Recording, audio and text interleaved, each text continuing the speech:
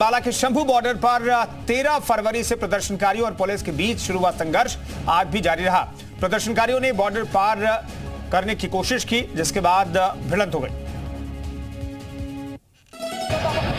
जिसके बाद वहां जमकर बवाल हुआ। किसानों को पीछे धकेलने के लिए सुरक्षा बल के जवानों ने आंसू गैस के गोले दागे तो किसानों में भगदड़ मच गई। किसान खुद को संभाल पाते उससे पहले ही दूसरा आंसू गैस का गोला अचानक उनके पास आकर गिर पड़ा।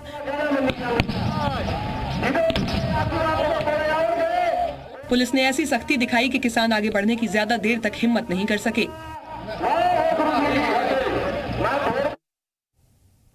पुलिस ने कुछ ही देर में प्रदर्शनकारियों के हौसले तोड़ दिए। जैसे ही कोई किसान आगे बढ़ता, तुरंत आंसू गैस के गोले उसके पास आकर गिरते। वहीं आंसू गैस के कई गोले तो प्रदर्शनकारियों को सीधे आकर लगे, जिसकी वजह से कई आंदोलनकारी किसान घायल भी हो गए। वहां से सामने आई एक तस्वीर में एक प्रदर्शनकारी जमीन पर पड़ा दिखा और उसे गंभीर चोट आई थी। वहीं एक दूसरे प्रदर्शनकारी को भी चोट लगी और वो दर्द से कराहता दिखा। हालांकि मौके पर एम्बुलेंस भी पहुंची और प्राथमिक इलाज करने के बाद घायलों को तुरंत अस्पताल ले जाया गया।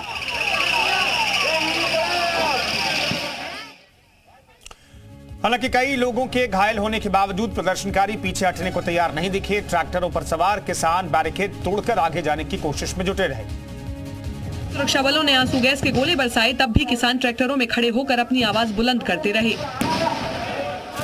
आंसू गैस के गोले जिस जगह गिरे वहां धुएं का गुबार फैल गया, जिसकी वजह से आंखें भी जलने लगी। हरियाणा पुलिस की ओर से किसानों के ऊपर गोलाबारी की गई है। आंसू गैस के गोले बरसाए गए। ये किसान दिल्ली चलो मार्च में भाग लेने के लिए 13 फरवरी को शंभू बॉर्डर पहुंचे थे, लेकिन यहां से उनको हरियाणा पुलिस ने आगे नहीं जाने दिया और इसीलिए 4 दिन बाद भी यहां बवाल जारी रहा। शंभू बॉर्डर ही नहीं बल्कि पंजाब के तमाम टोल प्लाजा पर भी पूरे दिन तनाव की स्थिति बनी रही। पंजाब हरियाणा बॉर्डर पर डटे किसानों के समर्थन में भारतीय किसान यूनियन ने भी टोल प्लाजा जाम कर दिया, जिसकी एक तस्वीर पंजाब के बनूड़ के अजीजपुर टोल प्लाजा से सामने आई। यहां पहुंचे भारतीय किसान यूनियन के किसानों ने लोहे की बैरिकेड को उठाकर सड़क के बीचों बीच रख दिया और फिर ट्रैक्टर और कई गाड़ियों को खड़ा करके टोल जाम कर दिया। कुछ ही देर में यहां गाड़ियों की लंबी कतार लग गई और टोल प्लाजा में ही लोग घंटों तक जाम में फंसे रहे, लेकिन किसानों ने किसी को भी आगे जाने नहीं दिया। वहीं किसानों के बुलाए गए भारत बंद का हरियाणा में भी असर देखने को मिला। हरियाणा के सोनीपत में किसानों ने नेशनल हाईवे 44 पर बने भीगान टोल प्लाजा पर कब्जा जमा लिया और किसान नेता गुरनाम सिंह के नेतृत्व में नारेबाजी करते हुए पहुंचे किसानों ने दोपहर 12 बजे से लेकर शाम 4 बजे तक टोल फ्री कर दिया। इस दौरान किसानों ने टोल को चारों तरफ से घेर लिया और किसी भी गाड़ी से टोल कर्मियों को टोल नहीं लेने दिया। जिसके बाद वहां से जो तस्वीरें सामने आई उसमें गाड़ियां बिना टोल दिए ही टोल प्लाजा से निकलती दिखी। इस दौरान टोल प्लाजा पर एक ट्रक भी दिखा, जिससे टोल कर्मियों ने टोल वसूलने की कोशिश की, लेकिन किसानों ने खुद अपने हाथों से बैरियर हटा दिया और ट्रक को बिना टोल दिए ही रवाना कर दिया।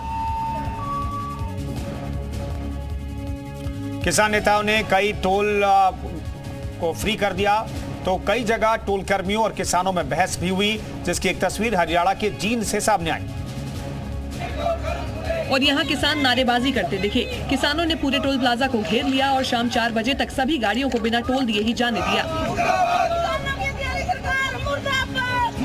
यहाँ बड़ी संख्या में पुरुष किसानों के साथ साथ महिलाएं भी पहुंची थी, जिन्होंने हरियाणा बॉर्डर पर डटे किसानों का पूरा समर्थन किया और सभी मांगे पूरी न होने पर सरकार की ईंट से ईंट बजाने का ऐलान किया।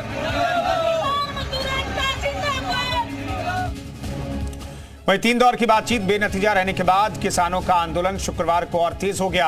अभी तक केवल किसान नेता ही प्रदर्शन कर रहे थे, लेकिन आज उन्हें ट्रेड यूनियंस का भी समर्थन मिला। और जो किसान अभी तक अकेले अपनी लड़ाई लड़ रहे थे, उन्हें इस भारत बंद में देश के सभी किसान यूनियन के साथ ट्रेड यूनियन का भी साथ मिला।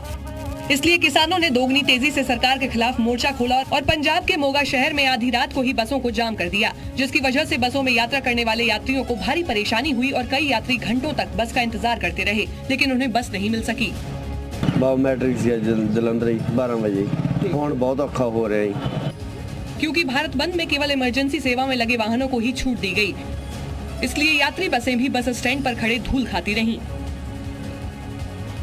और भारत बंद की वजह से पंजाब में जिंदगी मानो ठहर सी गई। दिन भर लोगों से गुलजार रहने वाला पंजाब का मोगा शहर शाम तक वीरान ही नजर आया। और यहाँ ठीक वैसा ही नजारा देखने को मिला जैसे कोरोना महामारी के समय देखने को मिला था। सड़कें वीरान पड़ी थीं तो वहीं बाजार भी सन्न थे और इक्का दुक्का लोग ही सड़कों पर नजर आ रहे थे।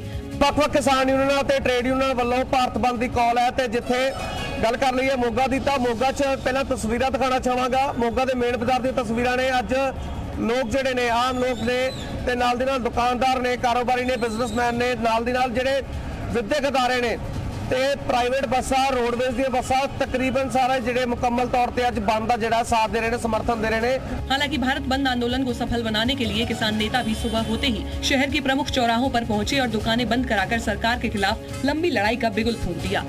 सरकार ਨੂੰ ਲੱਗਦਾ ਸੀ ਖਣੀ ਸਾਡਾ ਦਬਦਬਾ ਚੱਲਦਾ ਏ ਤੇ ਲੋਕ ਸਾਡੇ ਕਹਿਣੇ ਚ ਪਰ ਅੱਜ ਭਾਰਤ ਮੁਕੰਮਲ ਬੰਦ ਕਰਕੇ ਤੁਸੀਂ ਦੇਖ ਰਹੇ ਹੋ ਕਿ ਸਾਰਾ ਸ਼ਹਿਰ ਬੰਦ ਕੀਤਾ ਹੋਇਆ ਲੋਕਾਂ ਨੇ। इधर आंदोलन को खत्म करने के लिए किसानों और केंद्र सरकार के बीच तीसरे दौर की बातचीत हुई। चंडीगढ़ में हुई इस बैठक में केंद्रीय मंत्रियों के साथ पंजाब के मुख्यमंत्री भी शामिल हुए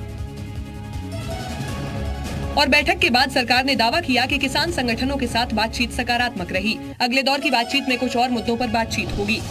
किसान संगठनों ने जिन विषयों पर ध्यान आकृष्ट कराया है,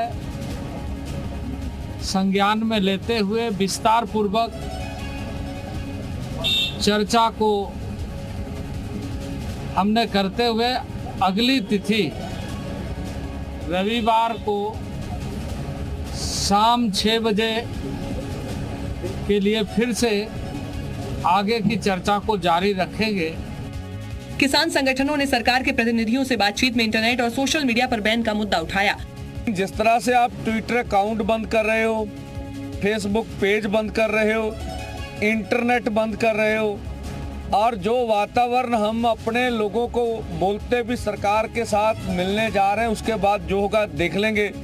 साथ ही किसानों ने सरकार को चेतावनी दी है कि अगर रविवार को कोई सकारात्मक हल नहीं निकला तो आंदोलन जारी रहेगा।